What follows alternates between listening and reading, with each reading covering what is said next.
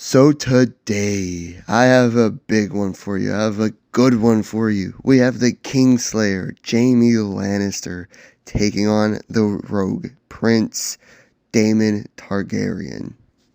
Who wins? Well, let's find out. So, to be clear, I'm using them both when they're in their prime. So, when they're about in their 30s-ish, and Jaime will have both of his hands. Um, And I'll also do my best to use both their respective shows and book version of their characters, like a compositive version of both. So with that being said, let's get started, and let's briefly talk about physicality. I'd say they're both as physically fit as a knight in their 30s that has trained all their lives and lived for sword combat can be.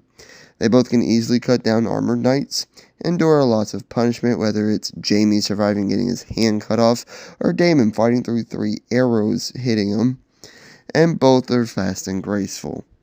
I think I'll give the edge to Daemon, simply because we saw him evade several volleys of arrows while also cutting people down. But on a slight edge, I'm sure Jaime could do something similar, he just didn't show that he could. Now, let's move on to skill. This is the big one, right? And firstly, we're going to talk about Daemon. The Rogue Prince is regarded as one of the best and ruthless warriors of his time period. I mean, the guy was knighted at just 16 years old. He was a true warrior and just loved fighting. He's a lot like Robert Baratheon, to give you a mindset. He was able to hold his own against Sir Criston Cole during a tourney, and while he did lose, I think it should be said that Daemon wasn't taking him that seriously. At the end of the dance, he and his dragon, Syraxis, did beat Aemon and Vhagar in aerial combat. However, they all ended up dying, so take that with a grain of salt. His best feat, however, definitely comes during the battle at the last battle of the Stepstones, where he became a true one-man army. He got down through like a dozen men in quick session while dodging arrows before decapitating their leader, Craghis Drahar. This ended the War of the Stepstones.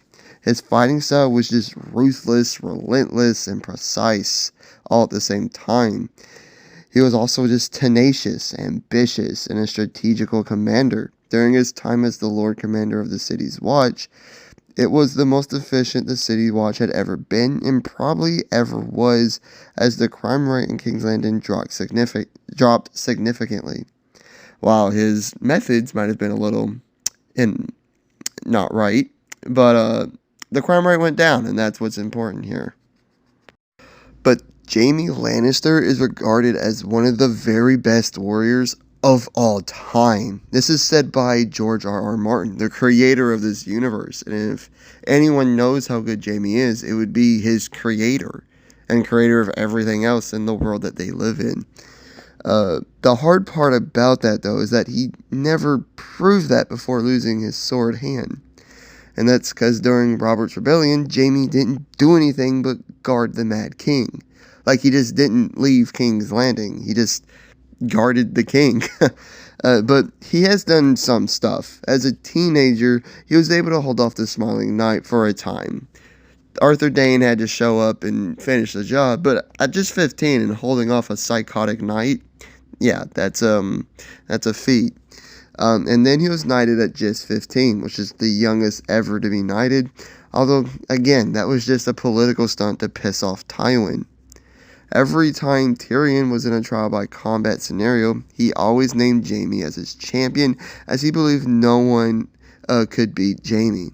And Jaime truly believed there were only 2 people in Westeros that could beat him, those being the Hound and Ser Barristan. He did hold his own against Brienne despite being exhausted and shackled. He held the upper hand over Ned Stark in their brief fight.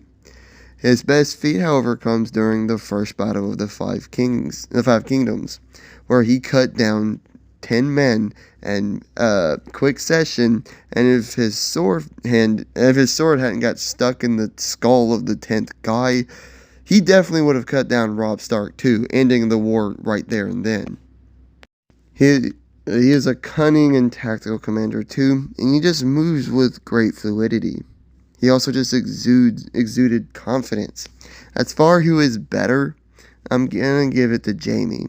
Daemon is regarded as one of the best of his time, while Jaime is regarded as one of the best of all time. However, this skill gap isn't massive. Both of them are wearing the best armor gold can buy. Jaime is carrying a typical greatsword, and he also has a small dagger. But Daemon has Dark Sister, a Valyrian steel sword. This steel is sharper, stronger, tougher, and lighter than regular steel. The reason I mention this is because people in the fandom believe that Barristan, the badass Selmy, and Arthur, motherfucking Dayne, are equals when it comes to a sword. Yet they seem to always side with Dayne because he wields Dawn, a sword with magical properties similar to that of Valyrian steel. So if Dawn is the deciding factor as to why Dayne would beat Selmy, then we can use the same logic here. Dark Sister should help Daemon neutralize Jaime's skill edge and make them more even. Both of them are very arrogant and egotistical. They both know how good they are and genuinely believe most people don't stand a chance against them. Both are also easily angered if someone were to question their skill or look down upon them. But Daemon's temper is definitely worse though. In certain combat situations, this can definitely help him, but when facing someone as skilled and cunning as Jaime, he needs to keep a leveled head. However, Jaime, during this time, is definitely someone who would take advantage of this. Remember, he's cunning, and would say some stuff to piss Daemon off for sure, and wait for him to make a mistake. But the last thing I should mention is this. Jaime's hero and role model was Sir Arthur Dayne. He idolized him. He fights with honor. We saw this when he fought Ned in the show. He was pissed when one of his men helped him win. This is because he didn't beat Ned one-on-one fairly and with honor. Daemon couldn't be more different here. He is his own role model. He doesn't care for honor and will fight dirty if he needs to. So, who wins? Well, Jaime is overall more skilled and is more cunning. Daemon has Dark Sister, is more ruthless, and just doesn't fight honorably. I can literally see this fight going either way. Jaime uses his cunning to anger Daemon into making a mistake, or Daemon utilizes Dark Sister perfectly, along with his ruthlessness to just overwhelm Jaime. I can literally see both scenarios realistically happening. Like, it really is a 50-50, and you can argue to either side. But I think I have to side with Daemon. Now, hear me out. Hear me out. I'm going to explain. Yes, he is rash and quick to anger, but it's not like he's not cunning. He knows this. And while his temper has led to questionable at best outcomes, it hasn't always been bad. It's helped him out too. He can still make good decisions while enraged because of his battle instincts. Jaime puts up one hell of a fight. This might be, in like the history of A Song of Ice and Fire, this might be the best like fantasy matchup. People talk about Dayne versus Selmy, or what's another one? The Hound versus Robert Baratheon in his prime.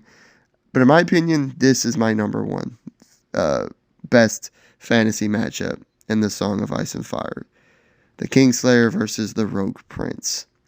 But after one hell of a fight, I'm siding with Daemon on this one. The Rogue Prince beats the Kingslayer in a very close fight. Daemon Targaryen wins. Like and subscribe if you did enjoy it. A comment of what you thought, and hit the notification bell to be notified of all my future videos and all the great stuff. Please go follow my Instagram account, dmanversus.videos, as well as my TikTok, demand0, and all the great stuff. I truly do appreciate it, and I'll catch you guys on the next one. Peace!